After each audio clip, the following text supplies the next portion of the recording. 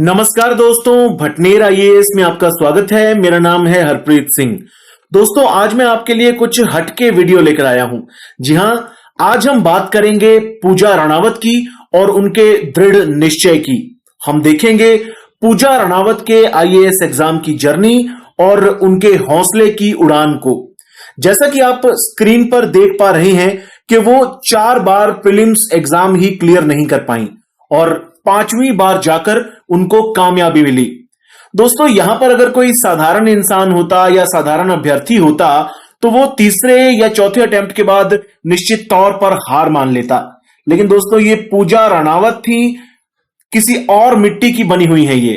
ठीक है, इन्होंने हार नहीं मानी और लगातार लगी रही। ट्राई अगेन की जो फिलॉसफी है उसके ऊपर टिकी रही और आखिर में इनको कामयाबी मिली है और आज ये हम सब के लिए सबक और मिसाल बन गई हैं। दोस्तों, इस वीडियो में मैं पूजा रणावत की कामयाबी के बारे में तो बात करूंगा ही, लेकिन हमारे लिए जो बात ज्यादा इंपॉर्टेंट है वो है उनका 4 बार प्रीलिम्स में नाकाम रहना और उसके बाद कामयाबी हासिल करना। तो दोस्तों, मैं इनके 4 बार प्रीलिम्स में नाकाम रहने के ऊपर यहां पर काफी बात करने वाला हूं, क्योंकि खुद पूजा रणावत ने इस विषय में काफी बात की है अपने एक इंटरव्यू के दौरान। ठीक है, उन्होंने अपनी गलतियों को बताया है कि उन्होंने कौन कौन सी गलतियां की थी इन 4 अटेम्प्ट्स में, जिसके कारण उनका सिलेक्शन नहीं हो पाया था। और आखिर में जब उनको कामयाबी मिली तो कामयाबी किस रास्ते पर चलकर मिली थी, इस बारे में भी पूजा रणावत ने बात की है। तो दोस्तों, इन तमाम चीजों के ऊपर हम बात करेंगे इस वीडियो में। तो दोस्तों, इस वीडियो के पहले हिस्से में हम बात करेंगे पूजा रणावत जी के पिछले प्रयासों की गलतियों के बारे में, क्योंकि ये उन्होंने खुद बताया है। वो कहती हैं कि ये गलतियां आपको नहीं करनी है। ठीक है, क्योंकि इन्हीं गलतियों के कारण उनका 4 बार प्रीलिम्स ही क्लियर नहीं हो पाया था। तो पहली गलती देखिए कि उन्होंने क्लियर कट कोई स्ट्रेटेजी ही नहीं बनाई थी प्रीलिम्स एग्जाम को क्लियर करने के लिए, और अगर कभी कोई छोटी मोटी स्ट्रेटेजी बनाई भी तो उसको इंप्लीमेंट नहीं किया। तो यहां पर इंपॉर्टेंट हो जाता है दोस्तों आपके लिए कि आप एक क्लियर कट स्ट्रेटेजी के साथ पढ़ें। जो भी स्ट्रेटेजी आप बनाएं उसको इंप्लीमेंट जरूर करें, केवल वो आपके सामने चिपके हुए कागज के रूप में नहीं रहनी चाहिए। ठीक है, आगे जो दूसरी इनकी गलती थी वो ये थी कि इन्होंने किताबें तो पढ़ी। ठीक है, जो कोई इनको कोई किताबें बता देता था, इन्होंने उनके अनुसार किताबें पढ़ी, लेकिन उन किताबों को रिवाइज नहीं किया दोस्तों, क्योंकि रिवीजन जो है वो सबसे बड़ी बात है। ठीक है, रिवीजन इज द की। ठीक है, तो रिवीजन आपकी सफलता की कुंजी हो सकता है यहां पर, और अगर आप रिवीजन नहीं करेंगे तो आपकी कोई बात नहीं बनेगी। ऐसा खुद पूजा रणावत जी ने कहा है, और साथ ही उन्होंने कहा है कि अगर आप रिटन नोट्स बना लेंगे तो और भी बेहतर हो जाएगा, क्योंकि इन्होंने रिटन नोट्स भी नहीं बनाए थे। किताबें पढ़ी और अगर उनके रिटन नोट्स बना लेती और उन नोट्स को ही ये रिवाइज करके चली जाती तो शायद 4 प्रयासों में नाकामी का सामना ना करना पड़ता आईएएस प्रीलिम्स में। ठीक है, अब अगली गलती देखिए दोस्तों। अगली गलती, इन्होंने पर्याप्त मॉक टेस्ट नहीं दिए। अब दोस्तों, मॉक टेस्ट के बारे में मैं आपको बार बार कहता रहता हूं। ठीक है, क्योंकि मैंने आपको जो स्ट्रेटेजी बताई है उसके अंदर शुरुआत में ही मैंने कहा है कि आपको अब जो 6 महीने बचे हैं उनके अंदर 35 मॉक टेस्ट देने हैं। 25 कम से कम जीएस पेपर 1 के और 10 कम से कम सीसेट पेपर के। ठीक है, तो इन्होंने कहा है कि इन्होंने पर्याप्त मॉक टेस्ट ही नहीं दिए, और जो थोड़े बहुत दिए भी उनको इन्होंने रिवाइज नहीं किया। मतलब यहां पर पूजा रणावत जी का कहना है कि अगर आप मॉक टेस्ट दें तो उन मॉक टेस्ट को रिवाइज भी करें। ठीक है, ताकि दूसरी बार जब आप उसी टेस्ट को दें तो आपको पता लगे कि भैया पहली बार मैं ये प्रश्न नहीं कर पाया था या नहीं कर पाई थी, लेकिन अब मैं कर पा रहा हूं या नहीं कर पा रही हूं, तो आपको तमाम चीजें पता चल जाएंगी। ठीक है, तो मॉक टेस्ट देना बहुत ज्यादा जरूरी है दोस्तों, जिसे हम टेस्ट सीरीज भी कहते हैं। ठीक है, आगे बढ़ते हैं। अगला, पढ़ा इन्होंने बहुत कुछ। ठीक है, पढ़ाई के लिए हमें पता चल जाता है, इंटरनेट पर तमाम वीडियोस होती हैं जो हमें बताती हैं कि ये पढ़ना है। तो पढ़ा तो इन्होंने बहुत कुछ, लेकिन कंसेप्ट क्लियर नहीं किए थे दोस्तों, जिन्हें फंडे हम कह देते हैं। इनके फंडास क्लियर नहीं थे शुरुआत में। ठीक है, मतलब फॉर एग्जांपल आप देख लीजिए कि भूगोल में कोई प्रश्न आपके सामने, कोई एमसीक्यू आपके सामने मॉनसून के बारे में आ जाए। अब मॉनसून के बारे में आप पढ़ के तो चले गए हैं, ठीक है, लेकिन आपका कॉन्सेप्ट क्लियर नहीं है और वो प्रश्न इस तरह का है कि अगर आपका कॉन्सेप्ट क्लियर है तभी उसका आप जवाब दे पाएंगे। ठीक है, केवल पढ़ा होने से, रट्टा मारा हुआ होने से बात नहीं बनेगी, आपके कॉन्सेप्ट क्लियर होने चाहिए दोस्तों, क्योंकि जो मॉनसून जैसे विषय होते हैं या इसी तरह के और जो विषय होते हैं वो कॉन्सेप्चुअल क्लैरिटी मांगते हैं। ठीक है, तो आपके कॉन्सेप्ट, आपके फंडास क्लियर होने चाहिए एकदम। यही आईएएस एग्जाम की रिक्वायरमेंट है, सबसे बड़ी रिक्वायरमेंट। ठीक है दोस्तों, तो फंडा आपके क्लियर होने चाहिए।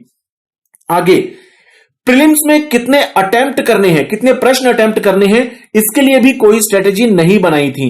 ठीक है, अब दोस्तों ये भी एक बहुत ही महत्वपूर्ण बात हो जाती है कि प्रीलिम्स में जो जीएस पेपर 1 होता है, आपको मालूम है उसके अंदर आपके सामने 100 प्रश्न होते हैं। अब इन 100 प्रश्नों में से आपने कितने प्रश्न अटेम्प्ट करने हैं, इसके लिए भी आपकी एक स्ट्रेटेजी होनी चाहिए। ठीक है, पूजा रणावत जी कहती हैं अपने एक इंटरव्यू में कि उन्होंने अपने शुरुआती जो पहला इनका एग्जाम था उसके अंदर 65 के लगभग इन्होंने प्रश्न अटेम्प्ट किए थे। ठीक है, लेकिन उनसे बात नहीं बन पाई, तो थोड़े ज्यादा प्रश्न आपको अटेम्प्ट करने चाहिए। और इस विषय में दोस्तों मैंने भी एक वीडियो बना रखी है जिसमें जीएस पेपर 1 की स्ट्रेटेजी की बात की है, जीएस पेपर के कैलकुलेटर के जरिए। ठीक है, तो दोस्तों आप वो वीडियो देख सकते हैं, ऊपर मैं उसका लिंक दे रहा हूं, जिसमें जीएस पेपर 1 के कैलकुलेटर के जरिए मैंने स्ट्रेटेजी बताई है। ठीक है, कि कितने प्रश्न आपको अटेम्प्ट करने चाहिए। कुछ ना कुछ कैलकुलेटेड रिस्क आपको लेने की जरूरत रहती है दोस्तों इस एग्जाम में। और साथ ही मैंने इसके साथ ही सीसेट पेपर की स्ट्रेटेजी भी बता रखी है, सीसेट पेपर के कैलकुलेटर के जरिए। ठीक है, तो उसका भी लिंक दोस्तों मैं आपको ऊपर दे रहा हूं कि सीसेट पेपर की आपकी स्ट्रेटेजी किस प्रकार की होनी चाहिए, सीसेट कैलकुलेटर के जरिए कितने प्रश्न आपको अटेम्प्ट करने हैं सीसेट पेपर के अंदर। तो यह बहुत ही महत्वपूर्ण हो जाता है। ठीक है, आगे देखिए, बुक्स और स्टडी मटेरियल इन्होंने बहुत सारा इकट्ठा कर लिया था। ठीक है, लेकिन उसको पढ़ने की कोई रणनीति नहीं बनाई गई। मतलब स्टडी मटेरियल जो भी आपको बताए, इंटरनेट पर आपको बता दिया कि भैया ये किताबें आपने पढ़नी है, ये नोट्स आपने पढ़ने हैं, आप बाजार गए, आप उठा के ले आए। ठीक है, या आपको कोई रास्ते में मिला, उसने आपको बता दिया कि भैया ये बुक बहुत अच्छी है, इस बुक को ले लो, तो आपने वो बुक ले ली। ठीक है, आपने स्टडी मटेरियल का तो ढेर लगा लिया अपने पास, लेकिन अब भैया उसको पढ़ना भी तो जरूरी है। एक ही चीज की आपके पास 5 से लेकर 10 किताबें हो गई, जबकि कामयाबी आप केवल एक किताब को पढ़कर भी हासिल कर सकते हैं। ठीक है, अब इतना सारा स्टडी मटेरियल आपके पास हो जाएगा तो आप कंफ्यूज हो जाएंगे दोस्तों, आपको पता ही नहीं चलेगा कि भैया कौन सी किताब पढ़ूं, कौन सी छोड़ूं। तो ये एक महत्वपूर्ण चीज हो जाती है कि छोड़ना क्या है और पढ़ना क्या है। इसलिए स्टडी मटेरियल का ढेर इकट्ठा नहीं करना है दोस्तों, किताबों का ढेर इकट्ठा नहीं करना है। आपको कुछ फोकस्ड अप्रोच अपनाने की जरूरत है, कुछ लिमिटेड किताबें आपको पढ़नी है और उन्हीं के जरिए आप सफलता हासिल कर सकते हैं। ठीक है, आगे, अब दोस्तों ये इस वीडियो का दूसरा हिस्सा है और इसमें हम बात करेंगे कि इनको कामयाबी कैसे मिली। तो दोस्तों पहली ही जो चीज है, इन्होंने कहा था कि स्मॉल इज ब्यूटीफुल। ठीक है, स्मॉल इज ब्यूटीफुल मतलब आपके पास किताबें कम हो तो चलेगा दोस्तों, आपके पास किताबों का ढेर लगा होना जरूरी नहीं है। ठीक है, आपके पास किताबें कम हो लेकिन आपने उनको पढ़ा हो, अच्छी तरह से पढ़ा हो और उनको बार बार रिवाइज किया हो, यह ज्यादा इंपॉर्टेंट है। ठीक है, आप दोस्तों एक तरफ आप लक्ष्मीकांत किताब भी ले आए, एक तरफ आप डीडी बसु भी ले आए, एक तरफ आप राजेश मिश्रा भी ले आए और एक तरफ आपको किसी ने कोई और किताब कह दी आप वो भी ले आए, सुभाष कश्यप की भी ले आए। तो 4-5 किताबें आप लेकर आ गए पॉलिटी की। अब आप इसमें ही कंफ्यूज हो जाएंगे भैया पढ़ेंगे कौन सी। तो आपके पास बेहतर है आपके पास 1 या 2 किताबें हो और उनको आप बेहतरीन तरीके से पढ़ें और बार बार रिवाइज करें, यह ज्यादा महत्वपूर्ण होता है दोस्तों कामयाबी के लिए। ठीक है, तो स्मॉल इज ब्यूटीफुल याद रखिएगा, ये पूजा रणावत जी भी कहती हैं। ठीक है, आगे बढ़ते हैं दोस्तों और अब ये देखिए जब इनको कामयाबी मिली तो कैसे मिली। इन्होंने 110 मॉक टेस्ट दिए। ठीक है, मैंने तो अभी आपको 35 मॉक टेस्ट देने की बात कही है क्योंकि दोस्तों ये केवल आपके पास 6 महीने बचे हैं, लेकिन पूजा रणावत जी ने अपने जो 5वां जो आईएएस प्रीलिम्स दिया था, अपने 5वें आईएएस प्रीलिम्स के लिए 110 मॉक टेस्ट दिए दोस्तों। ठीक है, बहुत ही लंबी टेस्ट सीरीज इन्होंने ज्वाइन की जिसके अंदर 110 मॉक टेस्ट इन्होंने दिए और इन सभी 110 मॉक टेस्ट को इन्होंने रिवाइज भी किया। ठीक है, इन्होंने ये बार बार देखा कि पिछले अटेम्प्ट में इनको कौन सा प्रश्न नहीं आ रहा था मॉक टेस्ट के अंदर और क्या दोबारा उसको जब ये कर रही हैं तो क्या उस प्रश्न को ये कर पा रही हैं या नहीं कर पा रही। ठीक है, तो मॉक टेस्ट बहुत ज्यादा देने आपके लिए जरूरी हो जाते हैं और उनको रिवाइज भी करिए। इससे दोस्तों आपको प्रश्न का पता चलता है, आपको पता चलता है कि किस प्रकार के प्रश्न आईएएस प्रीलिम्स एग्जाम में आपके सामने आते हैं और उनको आपने टैकल किस प्रकार करना है, आपने टाइम मैनेजमेंट किस प्रकार से करनी है। ठीक है, आपको सारा आइडिया हो जाता है कि आपको कितने प्रश्न अटेम्प्ट करने चाहिए, कम करने चाहिए या ज्यादा करने चाहिए। तो दोस्तों मॉक टेस्ट जो टेस्ट सीरीज है ये आपके लिए बहुत ज्यादा इंपॉर्टेंट हो जाती है, ये बात बार बार आपके सामने आ रही है। आगे देखते हैं। अब दोस्तों मॉक टेस्ट से इन्होंने अपने जो कमजोर पक्ष हैं उनको मार्क कर लिया। ठीक है, जितने भी इन्होंने मॉक टेस्ट दिए, मॉक टेस्ट से इनको पता चल जाता था कि भैया ये मेरा कमजोर पक्ष है, इसके ऊपर काम करने की जरूरत है। ठीक है, मान लीजिए अगर ज्योग्राफी है तो ज्योग्राफी में कौन सी चीज इनको सबसे ज्यादा तंग कर रही है, तो वो चीज इनको पता चल गई। ठीक है, तो कमजोर पक्षों को मार्क कर लिया और उसके बाद उनके ऊपर बेहतरीन तरीके से काम किया। तो जो आपकी कमजोरी होती है वही आगे जाकर आपकी खूबी भी बन जाती है। ठीक है, तो दोस्तों ये भी आपकी कामयाबी के लिए बहुत ज्यादा जरूरी है कि अपने कमजोर पक्षों के ऊपर काम कीजिए। और आपके कमजोर पक्ष आपको तभी पता चलेंगे जब आप बार बार मॉक टेस्ट देंगे, टेस्ट सीरीज देंगे।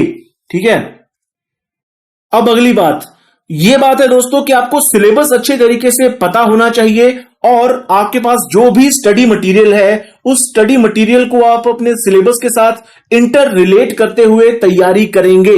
ठीक है, ऐसा नहीं होना चाहिए कि आपके पास स्टडी मटेरियल बहुत सारा पड़ा है और आप उसको पढ़े जा रहे हैं लेकिन वो चीज सिलेबस में है या नहीं वो आपको पता ही नहीं है। ठीक है, तो आपके पास जितना भी स्टडी मटेरियल है, जितनी भी किताबें हैं, उनको आप सिलेबस के साथ इंटर रिलेट कीजिए। आप ये देखिए कि आपकी उस किताब के अंदर वो विषय कौन से हैं जो आपके सिलेबस में दिए गए हैं।